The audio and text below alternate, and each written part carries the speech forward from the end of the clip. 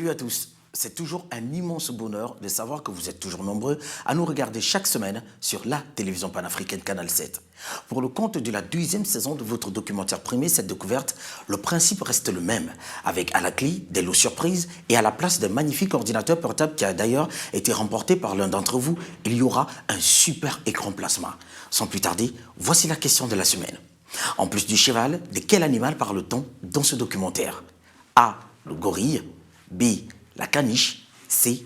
Le taureau. Répondez en nous envoyant votre réponse au 8877 sans oublier de précéder du 7D.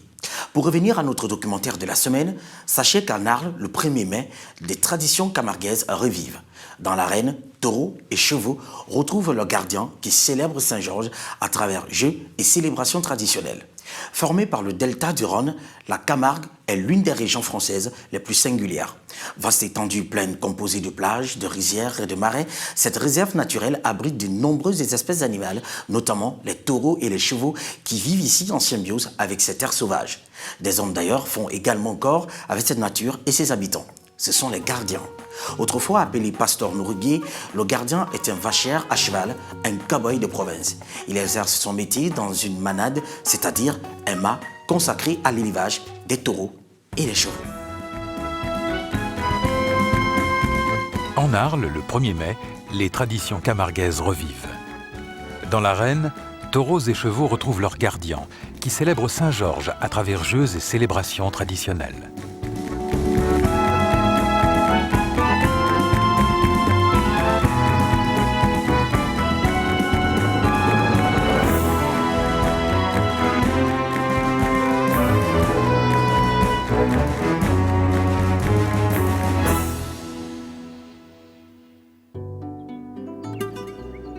Formée par le delta du Rhône, la Camargue est l'une des régions françaises les plus singulières. Vaste étendue plane composée de plages, de rizières et de marais, cette réserve naturelle abrite de nombreuses espèces animales, notamment les taureaux et les chevaux, qui vivent ici en symbiose avec ces terres sauvages.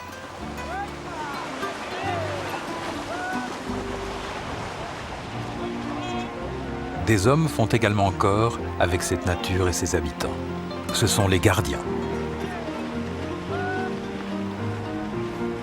Autrefois appelé pasteur nourriguier, le gardien est un vacher à cheval, un cow-boy de Provence. Il exerce son métier dans une manade, c'est-à-dire un mas consacré à l'élevage des taureaux ou des chevaux.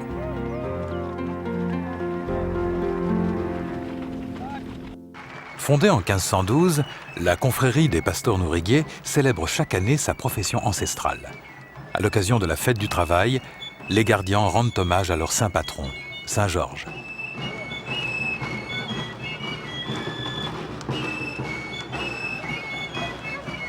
Les Camarguais se réunissent alors dans les arènes antiques d'Arles pour admirer les cavaliers confronter leur adresse à cheval et leur habileté à maîtriser le taureau.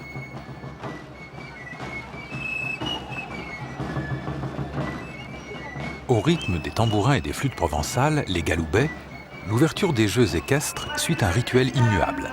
Avec la reine d'Arles en croupe, le président de la confrérie confie l'étendard des gardiens à un capitaine de cérémonie renouvelé chaque année.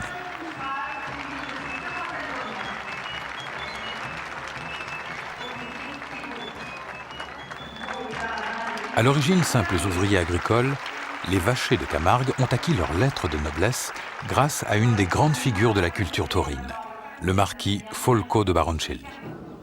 On lui doit entre autres la codification du costume de gardien avec notamment le chapeau de feutre à large bord, la chemise à motif provençal et la veste de velours noir.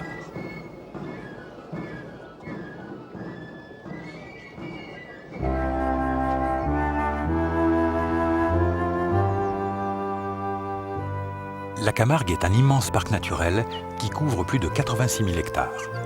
À l'extrémité de ces espaces sauvages s'étend le territoire d'Hubert-Yonnet. Le président de la confrérie des gardiens et directeur des arènes dirige une des plus anciennes manades de la région. Alors là, vous êtes à la Belugue. La Belugue, c'est un mas qui date du XVe siècle et qui est un des derniers avant la mer. Vous savez que la Camargue est en forme de triangle. Vous avez Arles Au nord, les Sainte-Marie, Salins de Giraud, et nous sommes tout près de Salins de Giraud. Après nous, il y a les Salins et puis il y a la mer. En raison de ses caractéristiques géographiques, la Camargue est une région idéale pour l'exploitation du sel. Ainsi, depuis l'Antiquité, l'eau de mer est-elle traitée ici pour produire cette substance cristallisée qui fut longtemps très convoitée. L'eau de mer qui arrive dans les bassins des Salins contient moins de 30 grammes de sel par litre. Un cheminement à travers des bassins en dénivelé permet rapidement d'en doubler la salinité. Ensuite, sous l'effet du soleil et du vent, les saumures s'évaporent pour atteindre jusqu'à 260 grammes par litre au bout de quelques mois. Une des plus anciennes exploitations de sel de la Méditerranée, les Salins d'Aigues-Mortes, couvre encore plus du tiers des besoins en sel du marché français.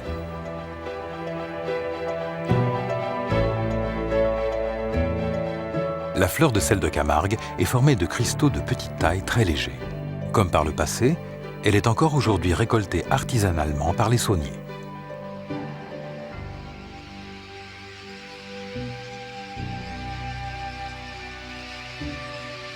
Dans l'écosystème de la région, les Salins jouent un rôle important. Ils abritent notamment des colonies de sternes et de flamants roses.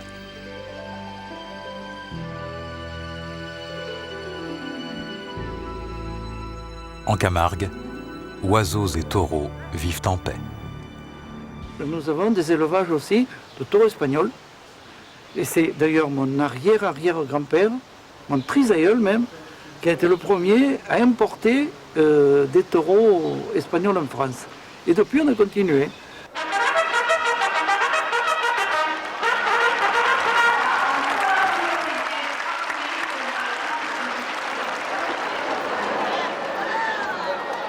En partageant au quotidien la vie des taureaux et des chevaux, les gardiens peuvent ainsi repérer ceux qui pourront devenir de bons taureaux de combat pour les courses camarguaises et les chevaux qui constitueront des montures idéales pour la reine.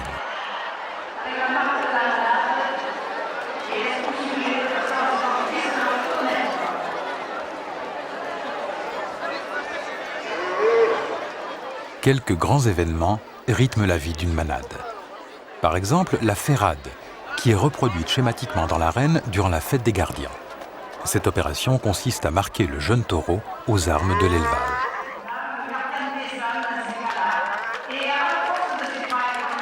Le nouveau capitaine des gardiens, Olivier Thibault, montre tout son art dans cette entreprise. La ferrade se déroule en 2 temps. Avec un trident, outil indispensable pour ce travail, un gardien à cheval sépare tout d'abord le jeune taureau du reste du troupeau.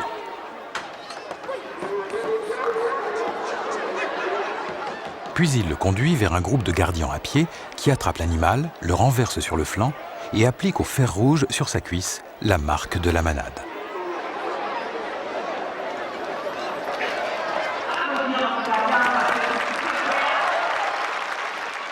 Les veaux naissent généralement de mars à avril. C'est une autre période importante dans la vie d'une manade avec le sevrage qui consiste à séparer les veaux d'un an de leur mère en les parquant dans des parcelles différentes. Après le sevrage vient le bistournage, c'est-à-dire la castration du taureau. Il retire au mâle l'agressivité qu'il nourrit naturellement à l'encontre de ses congénères. Il permet ainsi d'éviter les combats rituels à la saison des amours.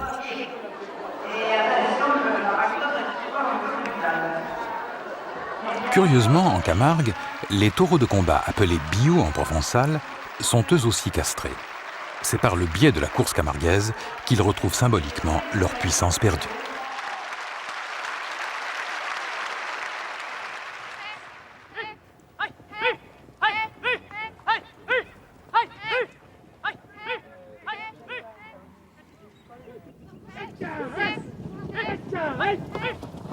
Ancien capitaine des gardiens, Christian Espelli possède un élevage de taureaux typiquement camarguais.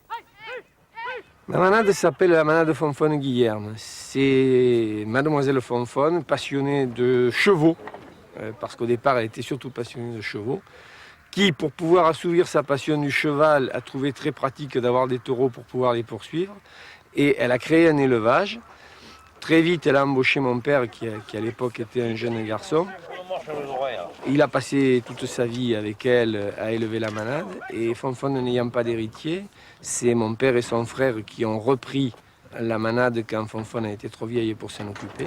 Et par la suite, donc maintenant que mon père et mon oncle sont à la retraite, c'est moi qui ai repris le flambeau. J'ai un élevage de taureaux camarguais.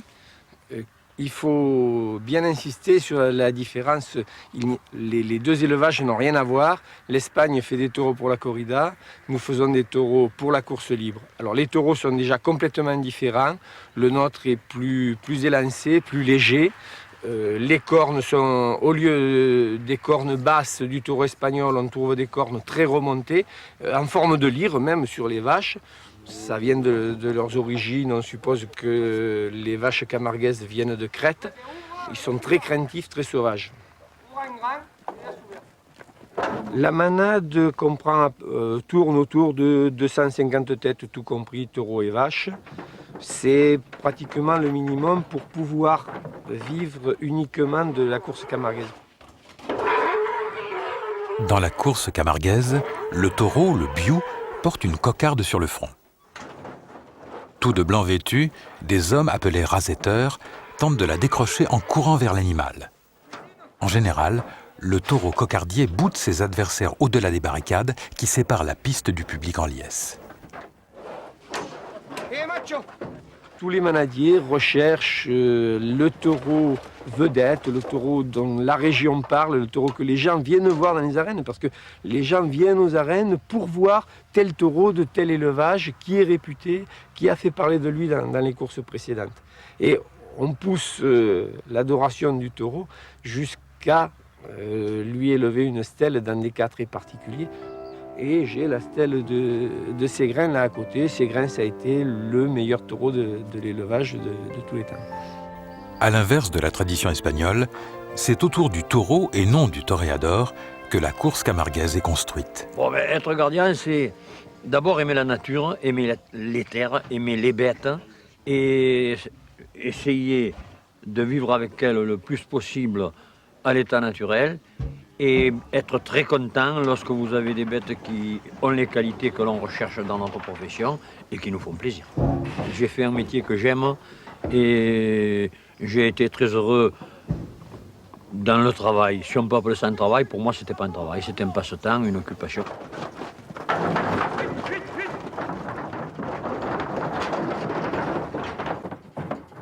J'avais 16 ans lorsque je suis rentré à la confrérie des gardiens.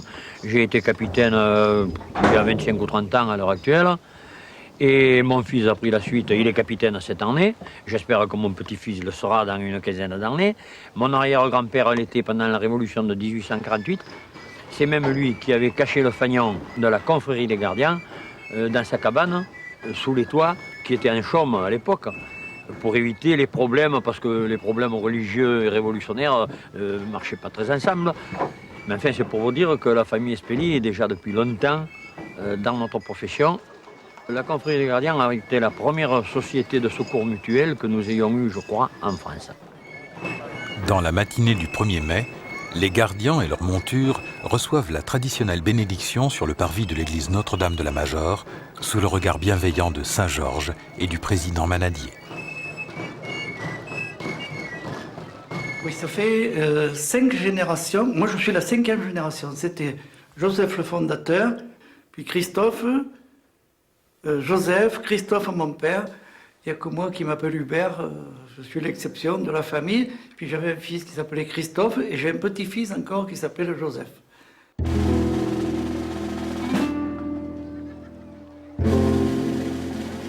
Les différents jeux équestres sont autant d'opportunités pour les gardiens de montrer leur qualité de cavalier. Le jeu du brassard met aux prises 2 camps, le jaune et le bleu, les couleurs de la ville d'Arles et celles de Saint-Georges. Le but est d'attraper le petit fanion fixé au bras du cavalier. Chacun est alternativement chasseur et chassé. La difficulté de ce jeu permet aux cavaliers de réaliser de belles prouesses avec leur monture.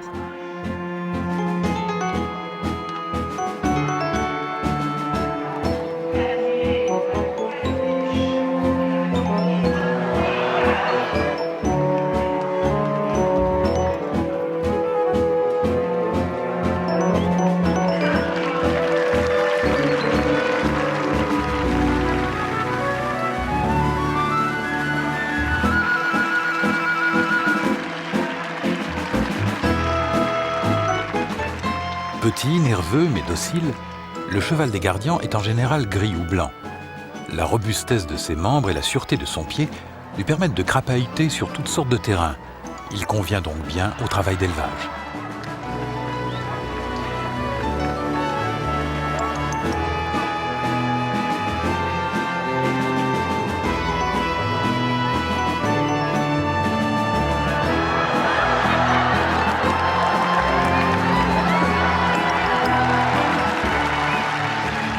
La selle est une pièce primordiale de l'équipement du cavalier. En Camargue, elle est fabriquée à partir d'un cuir très solide et possède une forme distinctive. Typique de la région, la profession de bourrelier est encore exercée par quelques-uns. Fondée en 1870, l'ancienne maison de la famille Coeur poursuit son activité. Louis Fator y a longtemps travaillé comme ouvrier avant de la reprendre à son compte. Dans l'atelier, il continue de fabriquer amoureusement les accessoires équestres que les Gardians apprécient au quotidien. La selle à Camargue se compose d'un pommeau, de troussequins, les quartiers et le siège. Voilà les principaux. Sur celle-ci, il manque les panneaux puisque je les ai enlevés déjà, qui viennent là-dessous pour protéger le dos du cheval. On emploie du cuir bois à loris, ce qu'on appelle le cuir bois à loris, c'est un cuir très gras qui est tanné à base d'huile de poisson, matière comme ça. Il faut compter une centaine d'heures pour faire la selle à Camargue. Ce sont des anciens bourreliers qui ont sorti la selle à Camargue. Ce ne sont pas des selles d'équitation classiques, avec des gros cuirs épais, forts, pour résister aux intempéries, à l'eau des marées. C'est quand même une selle qui n'est pas faite pour faire de la parenté au départ. Nous, on n'aime pas que du cuir français, il n'y a pas de problème, qui sont plus chers qu'ailleurs, mais en fait, qui sont quand même de très bonne qualité. La selle Camargue est une selle de travail, c'est une selle qui est, comme beaucoup disent, un fauteuil. Ça ressemble à un fauteuil parce qu'on est coincé par devant et par derrière, mais c'est une selle qui, est, pour la montre Camargue, est très pénible. Parce qu'on est coincé, bon, c'est une selle de travail, elle est faite pour le boulot.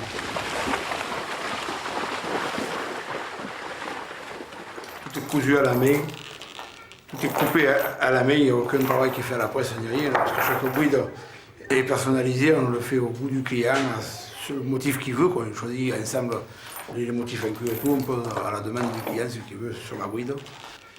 Avant, le bourrelier, c'était le mécano de l'époque d'aujourd'hui, puisqu'on était là pour dépanner le matériel du cheval et tout. Maintenant, bon, il y a beaucoup moins de chevaux, il y a beaucoup moins de bourreliers, il n'y a pas de problème. On reste un des derniers dans notre style sur une grosse partie de la région. Située sur une colline dominant la Camargue, Arles a été fondée en l'an 1000 avant Jésus-Christ par les peuples ligures. En l'an 46 avant Jésus-Christ, César y installe ses légionnaires à la retraite qui forment la Sextanorum Arelate, d'où viendra le nom d'Arles. Parmi les vestiges romains, l'amphithéâtre abrite aujourd'hui les arènes. En forme d'ellipse, il était réservé aux combats de gladiateurs et de fauves. Le lion est justement l'emblème de la ville. On le retrouve notamment près de ce joyau de l'art roman qu'est l'église Saint-Trophisme.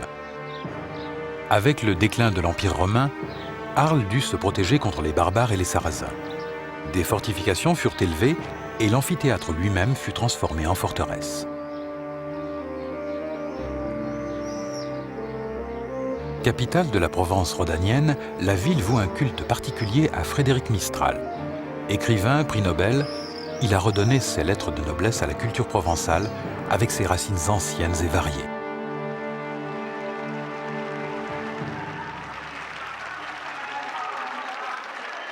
Autre jeu équestre dans lequel excellent les Gardians, le jeu de l'orange. Très ancien, on situe son apparition au moment de l'introduction du fruit en Provence par les Arabes. Nécessitant la collaboration des Arlésiennes, il demande rapidité et précision de la part du cavalier.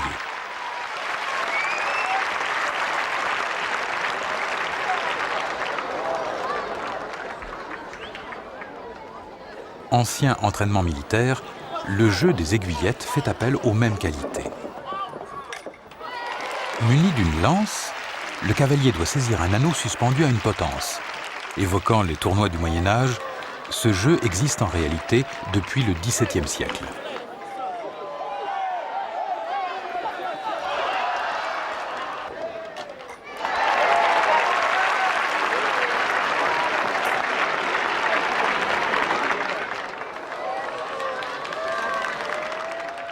Du fait de la présence de la lance, le jeu des aiguillettes rappelle vaguement des images de Saint Georges terrassant le dragon. La légende de Saint Georges est apparue en Orient, puis s'est diffusée en Occident par le biais des croisades. Saint Georges est ainsi devenu le saint patron de Gênes, Venise et Barcelone, avant de devenir celui de toute l'Angleterre. Représenté le plus souvent à cheval, en armure, portant une bannière blanche à croix rouge ou une lance, Saint Georges est d'abord devenu le patron des chevaliers avant de devenir celui des cavaliers en général.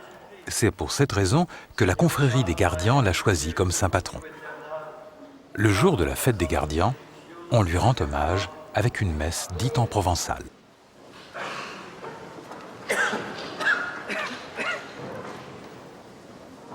Entré dans la tradition au XIXe siècle grâce à Frédéric Mistral, le costume de l'Arlésienne fut couramment porté jusqu'à la Première Guerre mondiale.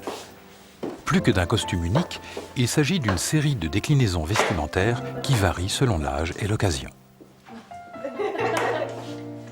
Avant de revêtir sa tenue, l'Arlésienne consacre le plus grand soin à sa coiffure. On a la chance d'être dans un pays, en Camargue et aux alentours, où encore on vit les traditions. C'est vivant, c'est pas mort. Donc c'est pas du folklore. On a encore des taureaux, des chevaux, des manades, et on vit ça. Donc, comme tout ça se perpétue, eh bien nous continuons à porter le costume. Mais nous le portons pour tous les événements de la vie. Donc les mariages, les naissances, les grandes fêtes, les petites fêtes de village, les courses de taureaux, mais aussi malheureusement les enterrements où nous continuons à porter ce costume.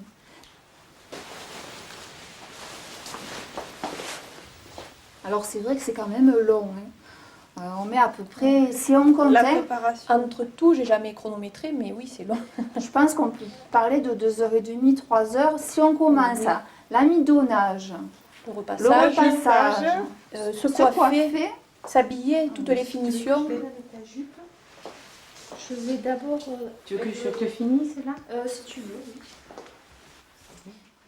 La partie la plus importante du costume est la chapelle, c'est-à-dire l'ensemble des pièces de vêtements couvrant le buste, car elle met particulièrement en valeur la croix de l'Arlésienne.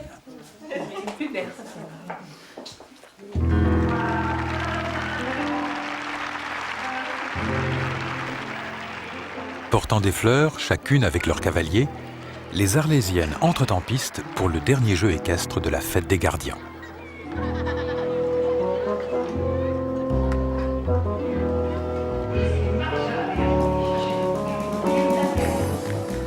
Le jeu du bouquet est inspiré du tournoi de l'épervier.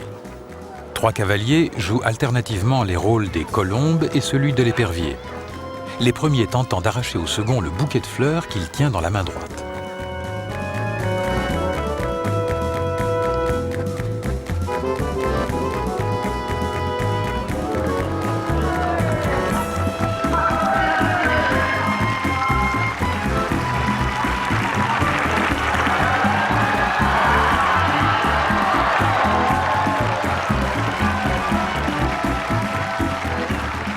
Autrefois, un épervier que l'on portait sur son bras remplaçait le bouquet de fleurs. Tel un chevalier épris d'amour courtois, l'épervier se doit de résister à ses adversaires pour obtenir le baiser de sa belle.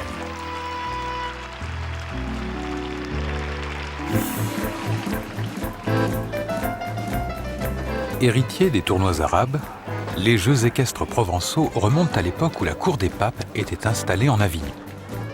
Au début de ce siècle, le marquis Folco de Baroncelli leur a donné une seconde vie.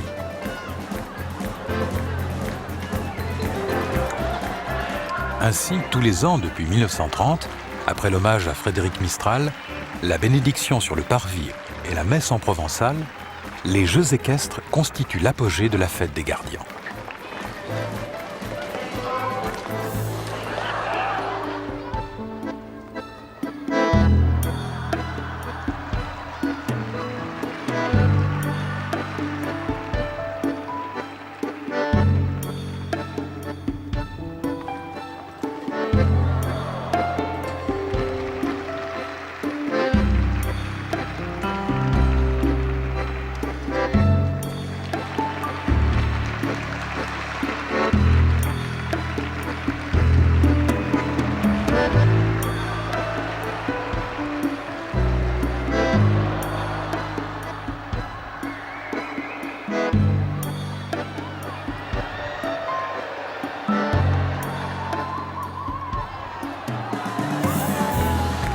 La vitalité dont font preuve les gardiens lors de leurs joutes annuelles reflète le nouvel élan que la profession semble connaître grâce au regain d'intérêt du public pour la Camargue et ses coutumes. Si l'on comptait une trentaine de manades il y a 50 ans, on en dénombre aujourd'hui près d'une centaine.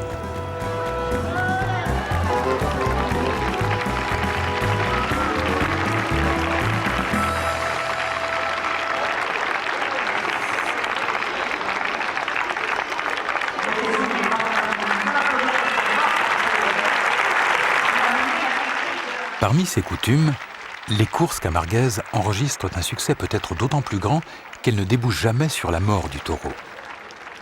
D'une certaine manière, elles illustrent comment l'homme peut vivre en bonne intelligence avec l'animal et au-delà, avec la nature.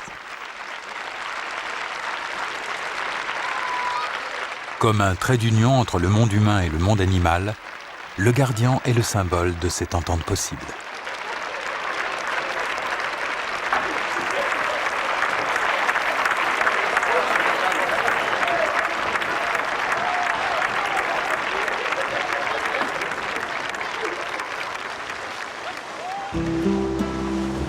Voilà qui met fin à ce documentaire sur la fête des gardiens. Avant de vous quitter, je vous rappelle la question de la semaine. En plus du cheval, de quel animal parle-t-on dans le documentaire? A. Le gorille. B. La caniche. C. Le taureau. Nous attendons vos réponses au 8877. Merci et à la semaine prochaine.